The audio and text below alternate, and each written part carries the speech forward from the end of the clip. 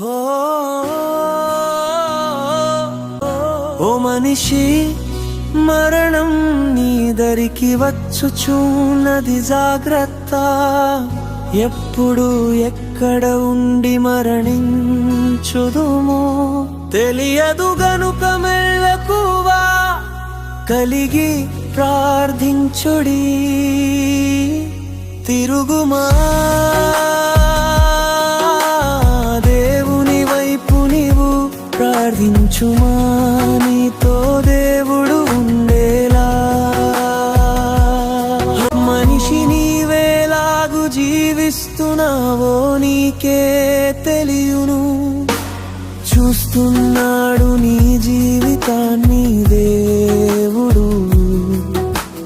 గమనించి మలచుకో నీ మనస్సు,